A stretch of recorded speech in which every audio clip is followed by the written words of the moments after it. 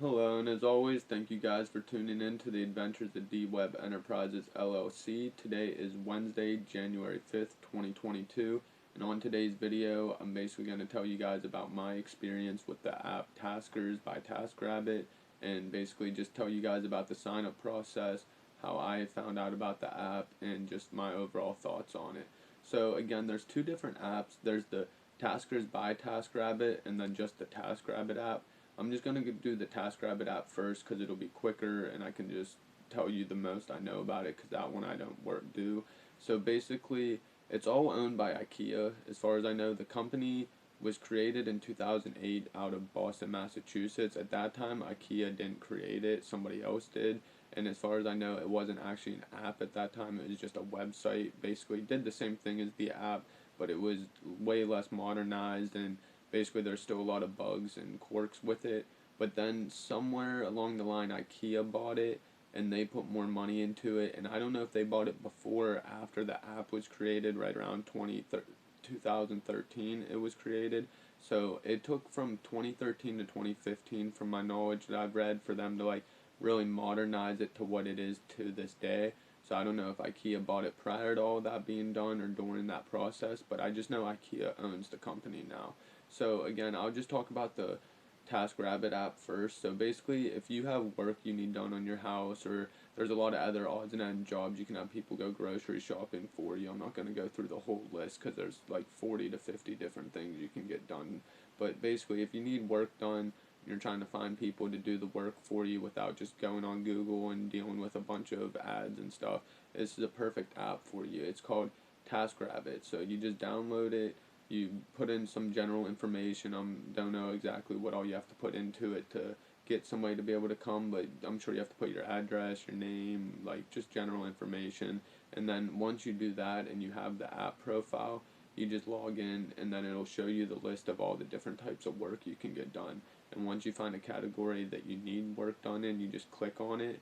And then I don't mean to keep jumping back and forth, but basically as a tasker you get to pick where you work. So once you, as a person trying to get work done on TaskRabbit, once you click the job that you need done, it'll show you the list of all the taskers willing to do that type of work in your area. And then once you see that list, it'll tell you how much they want to pay. And you just click whoever you feel comfortable with, or if you've ever used the same person. I don't know exactly how all that works. Again, I've never used that side of the app. I use the Taskers by TaskRabbit, which that side of the app, which I'll pretty much just wrap up the TaskRabbit app, is in anybody who does need work, I definitely recommend it as a good alternative to find people. And then again, for anybody who has extra downtime and just wants to make some side money, or maybe they're just out of work right now and want to be able to use their skills that they have to still make money while they're looking for work, or even want to just take it on as a full-time job. I've seen YouTube videos where people say they've been doing that. So long story short, is you fill out your sign up information on the Taskers by TaskRabbit, and now for that one there is a $25 sign up fee. It's not even directly a sign up fee, they just want you to pay for the background check and everything. So you pay the $25.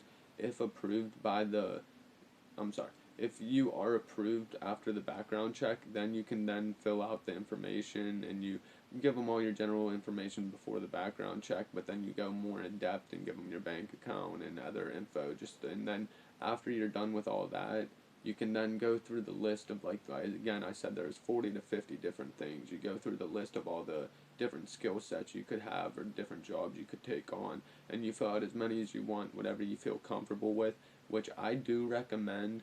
Don't think that you need to fill out like all of them so that you get the most job opportunities. I would only fill out a handful that you feel really comfortable doing those type of jobs, because one thing I've learned just from educating myself on watching a few YouTube videos and just from my own sense of the way business works, is if you fill out too many jobs and you get jobs that you're not really that good at or that you don't really like doing, and you don't go in with the best motivation, you're gonna get, because I do know that this is just like Uber and other type of apps like that, where you get reviews and you basically get stars for how good of a performance you did. And I think it's called the Matrix or whatever they call it, whatever it's considered in this app, the Tasker app, is basically how good of a ranking you have. And as far as I know, if you're below a certain ranking, you're already below, like you're already lower on the list of the people they showed you. I'm sorry, I'm stuttering. If you have a bad review, then it'll lower your matrix or whatever the term is. And if that is lowered, then whenever people are hiring you or just trying to find people for a job, you're way lower on the list. So that'll make it harder already in general to get jobs if you go in and do a bad job, or go in and just like don't seem happy and you get bad reviews, then that's already going to screw up your chances to even make this work from the beginning. So I strongly recommend for anybody who's contemplating doing the Tasker by TaskRabbit, just go on, even if you don't get jobs as fast, create like 5 or 10 different categories that you don't mind doing, unless there's a bunch that you can do and don't mind doing. Fill out whatever you're comfortable with, that you would actually do a job like that tomorrow, not something you need to get the job and then educate yourself on. And then once you get all those listings up, you basically are ready to get hired, because it's pretty cool. So once you fill out what you can do, you also get to fill out what you want paid per hour. And then also on top of that, there's availability. Like once you're on the app, I'm sorry because I'm using my phone to film. Once I get better equipment for making YouTube videos, I'll be able to show you on my phone.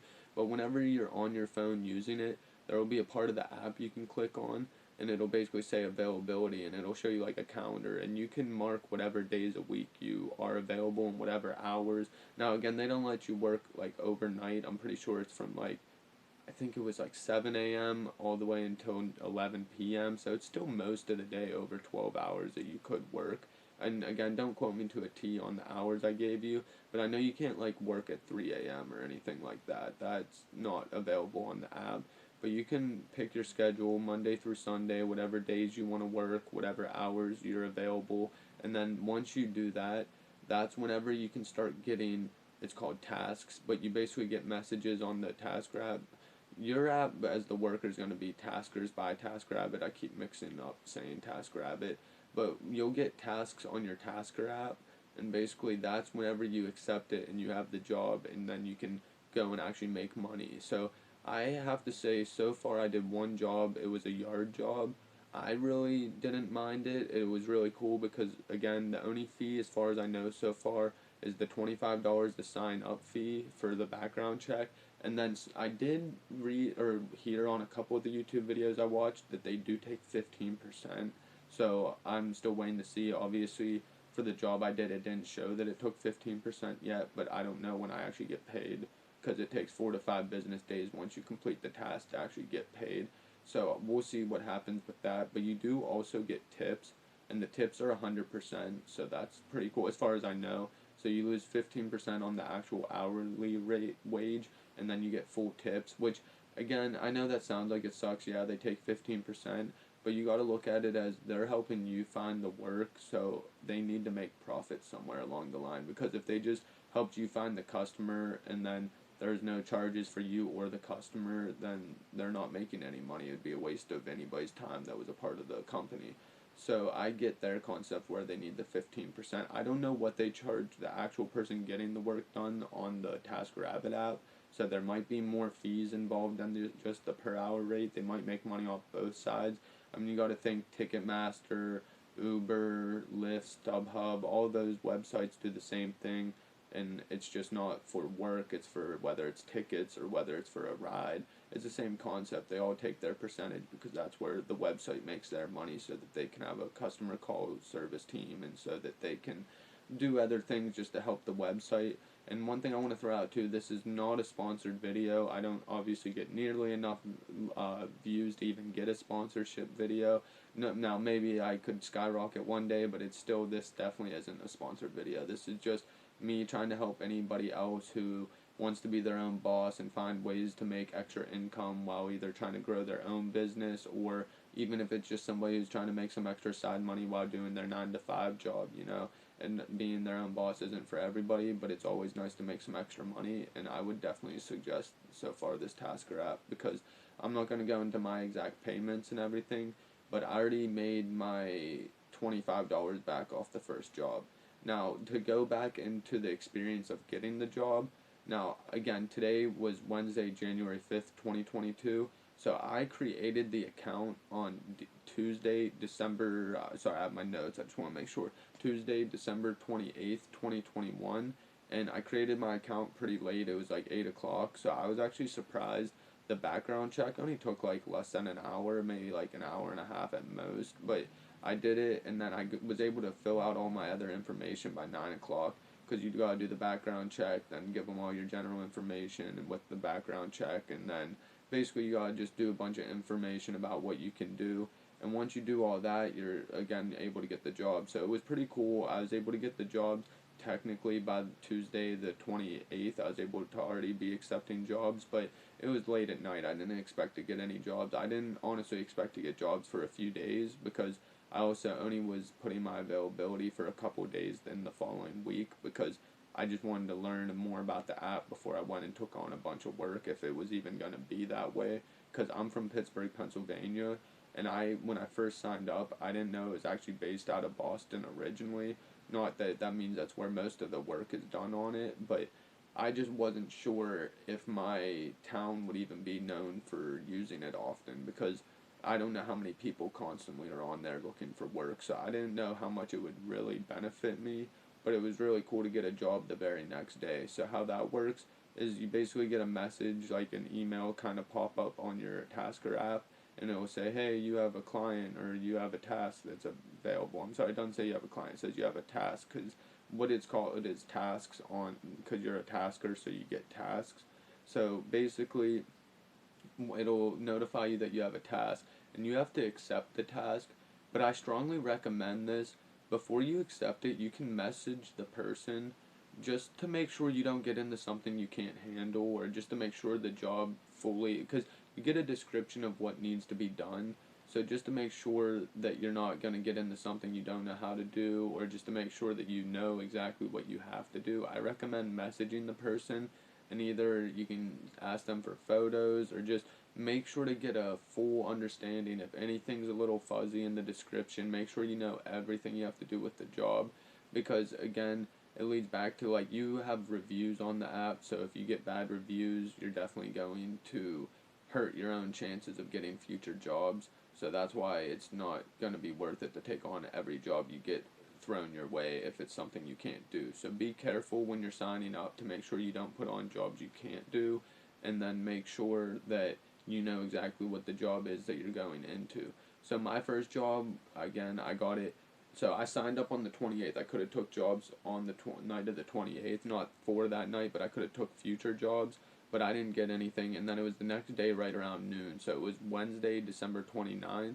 I got a message saying that I had an opportunity to go do a yard job. So I made sure, I found out it was a leaf job. I messaged her. I made sure I had an understanding what was going on, because you do get like a 4-hour window that you have to accept it or not. So you definitely hope that the person you message isn't taking forever to answer you, because you're really at the mercy of them just to see what they need to get done. And it would suck because if you don't accept jobs, that affects your account too, and it shows your on the account. There's different ways that it shows people how reliable you are, and one of them is your acceptance rate and your reliability rate, and then obviously based on reviews that you get.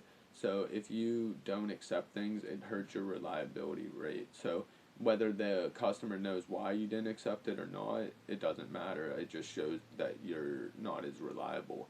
So you definitely don't want to put on, that goes back to not putting on jobs you can't truly handle, because it won't help you to get jobs that you have to cancel.